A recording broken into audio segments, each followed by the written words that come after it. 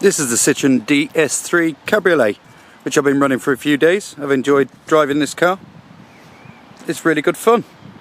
It's a bit bigger than a Mini. It's got 155 horsepower. Costs £19,845. And yeah, it's got 155 horsepower from its 1.6 litre turbocharged engine.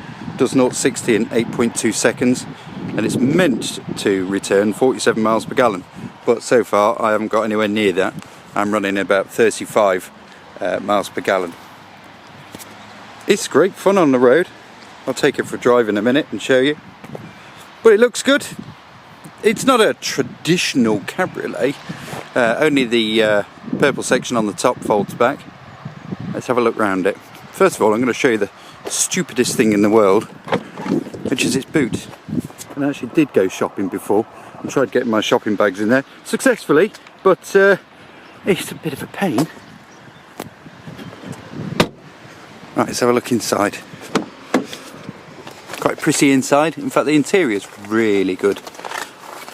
It's very well designed. That steering wheel is nice to feel. The key is a little odd. There you go. It's that kind of key flick thing. Right, yes, it looks great. The dials look nice, the steering wheel looks nice and it feels nice. The gear knob is better than its Peugeot brethren. The seats are very bright. They're really comfy. The armrest, let me show you the armrest. So if you're sitting in the seat and you want to pull the handbrake up, your arm has to go one side or the other of the armrest. You can fold it up and out the way, but then you've got no armrest. Loads of space in the car, except in the back. Let's have a look. Not a lot of room there, is there? That passenger seat is pulled quite far back, but still not a great deal of room. The seats do fold flat and you can get into the boot if you want. You can just about get 3 people, although those in the front have got to pull their seats quite far forwards. Pedals are very nice. This car's all about design. It's all about flair. Let's get in. It's all about, you know, how it looks, and it does feel good as well as looking pretty good. Glove box. Look at the glove box. So, you know, you've got this nice sort of sculptured design. So the passenger's got loads of knee room, but open it, and only half of it is actually a usable glove box, which is strange. These are the central controls, the main controls for the car. Got a screen, which isn't a touch screen. You have to use the knobs and dials down here. Volume is this.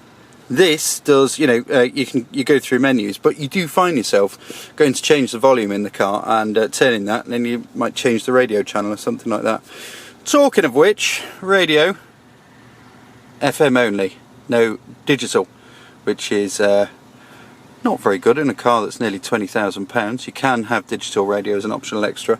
Music, you can stream to your iPhone through Bluetooth, or through the auxiliary socket, which is down there. So if you do that, then you've got a cable going all the way across to where you'd keep your phone in, naturally in there. But everything else is really nice about the car. Really enjoyed driving it. You've got a little thing here. This puts perfume through the car if you want it. I think we can turn it and get it out. No, can't. Anyway, there's a cartridge behind that you can replace once it's a bit of air freshener in there. So we will take the car for a drive. Actually, it's stopped raining, so let's have a look at the roof before we go for a spin. It's one press of this here, and there we go. The whole thing starts to come back. It does get quite noisy in the car actually, because as you can see it's not completely sealed, all of it, so even with the roof closed it gets fairly noisy in the car. Now if you press that again here, there we go, it folds down even further. Trouble is, that's your view through the rear view mirror. It looks nice, doesn't it? And it is very open when you've got the roof down. Right, we'll try this with the roof open. See if you can hear me. It's really nice to drive in the DS3. All the controls are light. You can chuck it around roundabouts quite well and it doesn't lose grip. It's really fun. The seats are comfortable. The pedals are spaced nicely. I'm sure you can't hear a word I'm saying, so let's try with the roof up. This does take some time. Anyway, I'll carry on. The 150 horsepower, 155 horsepower engine's got plenty of poke. 0-60 and 8.2 is... No, you have to keep finger on it all the way on the way back. 0-60 and 8.2 is more than adequate. It feels pretty sprightly. The chassis is good. The suspension, it's not harsh, it's not soft, it's kind of in the middle. There's a little bit of roll if you do throw it around corners, but it's pretty willing, it's pretty eager to go around corners well, and you get good feedback through the car. For what it is, it's no sports car, but still, it's nice to drive. You can cruise along in the motorway. It's got cruise control.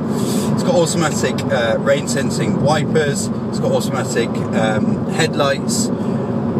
You know, with all of the modern systems, apart from digital radio in the info system, it is a good-looking, perfectly capable, really likeable modern car that I would totally recommend.